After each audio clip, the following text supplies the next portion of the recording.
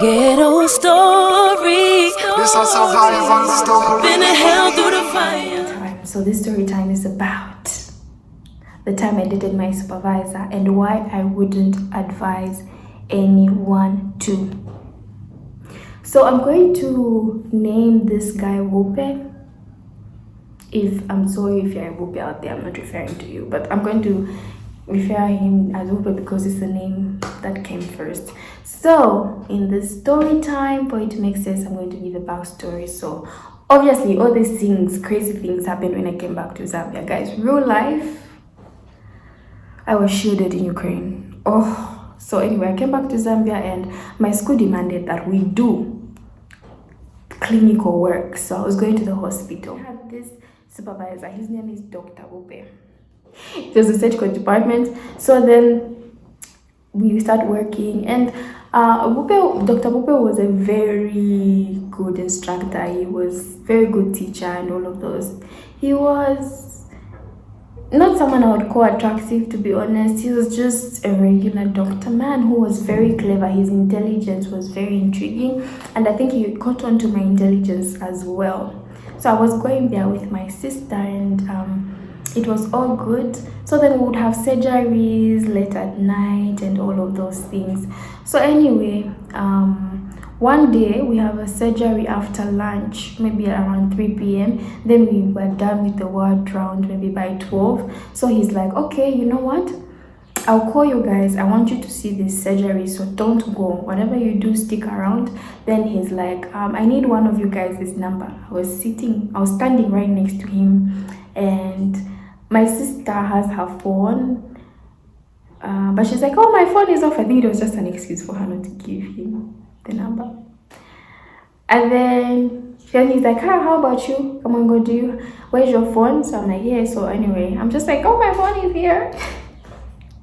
And that's how me and Dr. Wupe, we exchanged numbers. So anyway, Dr. Wupe calls and he's like, oh, the surgery is on, you can come. So we went on, we did the surgery, and we finished quite late. I think we finished like around 7 p.m. And it's me and my sister, we just get a taxi. We get a taxi and we go home. So Dr. Wupe sees me and my sister getting on a taxi, and then he's just like, he tries to call me, but my phone is in my bag. He tries to call me. Of course, I can't pick up. So anyway, I'm gone. So the next morning, I see that Dr. Wupe was calling me. So I call him back. I'm like, hello, Dr. Wupe, I saw your missed calls. Was there an issue? He's like, oh no, I just saw you and your sister, and he never said that he wanted to take us home, but he's just like, I saw you and your sister in the evening, so I was just calling to check up on you guys. So I was like, cool. So fast forward, we become very acquainted as a group. You know, when you're working in a group, you know whose strength, who has weaknesses. Like you support each other. So we became like a whole team. We love to see each other. So anyway, Dr. Wupe would text me some school information, some those things, you know, but I had access to my supervisor. I didn't like him, to be honest, in the beginning. In fast forward, I did, yeah, that's what happened. The time my sister got sick. Now this is when he saw the opportunity to woo me. My sister got sick, so he used to be like keeping distance from me and my sister, but now my sister got sick, so he's like, she's vulnerable, let me pray on her. So anyway, this is what had happened. Dr. Wupe would comment on my statuses often, and it was nothing. I'm sorry, every time I tell these stories of things that have happened to me, I really look back at that little girl and I feel bad for her, because I've been naive in a lot of situations, and I've found myself in situations where I've been exploited by people in power, people who know better, but I didn't know better. So, but anyway, there was this one time Dr.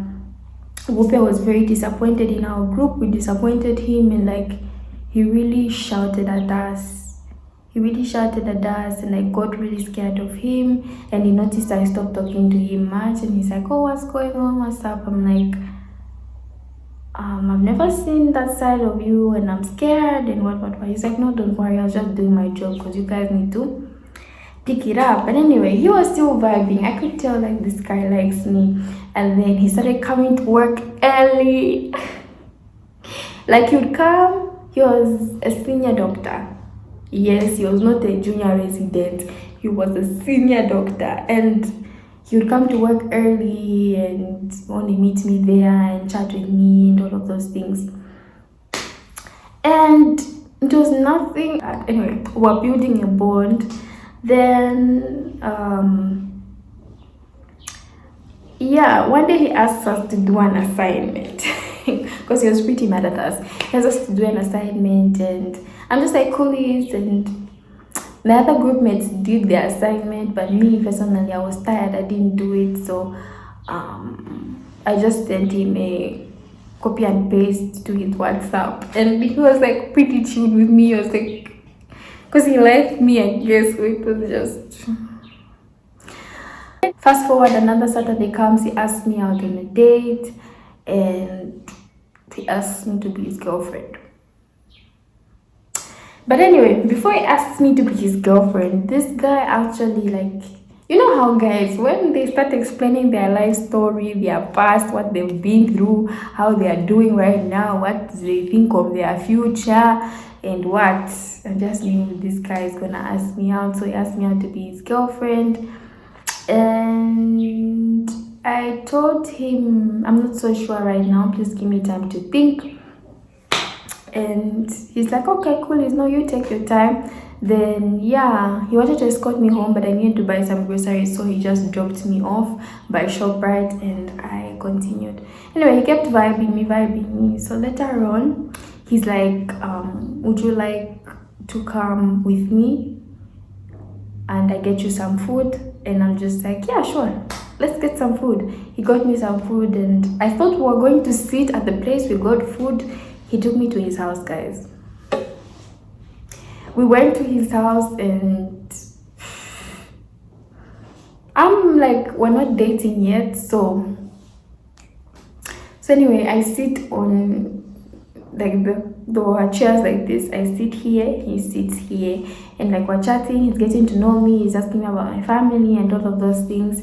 Then I'm like skeptical, far from him. Then he's like, so remember last time I brought up the conversation of you and I being in a relationship.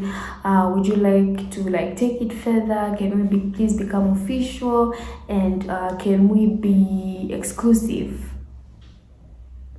I'm like, sure, let's date. I don't know why I did that. I was just like, sure, I think we can date. He's like, cool, you and I are like now a thing. I'm like, yeah, we're a thing. And he's like, come. That little girl, I feel bad for her. He's like, come. I'm like, what? He's like, no, come sit next to me. So I went to sit next to him, and he just hugged me. He just hugged me and squeezed me, and after that he takes me home. And yeah, so now me and Dr. Wupe are now in a relationship, and at this time in my life I hadn't kissed anyone before. I wasn't intimate, but he was a grown man. That was a dangerous position to put myself in. So anyway, me and him are now girlfriend and boyfriend. He's calling me, we are chatting, we are talking. In the hospital, it's like our little bad secret. It wasn't even a secret, it's just we work together, okay? I was a student, he was a senior doctor. What was I thinking, Baba? Anyway, I got to his place a couple of times. He tried to kiss me, and at the time I was like, no, please, I'm not ready. He was like, no, I respect your decision. You don't have to if you don't want to. And I'm like, cool. Fast forward, that if you don't want to, you only have to when you're ready, turned out into him surprisingly kissing me, which at first I was really offended. I was like, no, we should have had a conversation. You shouldn't have done that. He's like, I'm sorry, I shouldn't have done it. But fast forward, it became like, maybe I liked it. I think I liked it. It just became something that I became used to. So yeah, then later on it's just I was like, okay, I talked to him about kissing. So now I talk to him about sex because it's best to have a conversation. So I remember once being at his place and I'm telling him like, actually, you and I cannot have sex, and I want to make that clear. He's like, okay. So I'm like, yeah, you and I can't have sex. Obviously, I've not had sex, and it's not something that I want to do. He's like, no, we'll do it according to your timing, however way you want. And I'm like, coolies. So anyway, this time he had to go back to work, so I had to go back home. So he didn't take me home. The Holy Spirit talks to me, and he's like, remember how you told him that no kissing and he kissed you? That's the same way you've said no sex and there's going to be sex. And I'm like, okay, Holy Spirit, makes sense. So I still went to his house a couple of times later, but you know how life, just give life time, it will reveal itself. So anyway, this guy, I remember we had a conversation about alcohol, but he told me that I didn't drink much. It turns out he had a problem with alcohol. And so I don't know. It was a very, very bad situation. And he would drink, he had ulcers, get sick, and I got tired of that cycle very fast. Our relationship didn't even last over 2 months, less than 2 months, and he was on and off the alcohol drift. So, and then you get sick, then it became too much for me. So it became too much for me, like overbearing. And then one day we just broke up. Like, I was really mad. And then he came to my place, he came to pick me up, and he was like, can we talk about this? I was just like, actually, there's no room to talk about it, because I knew it was destroying me. And yeah, we broke up, and that's how our relationship ended. But also after the aftermath, I realized I learned so much about him.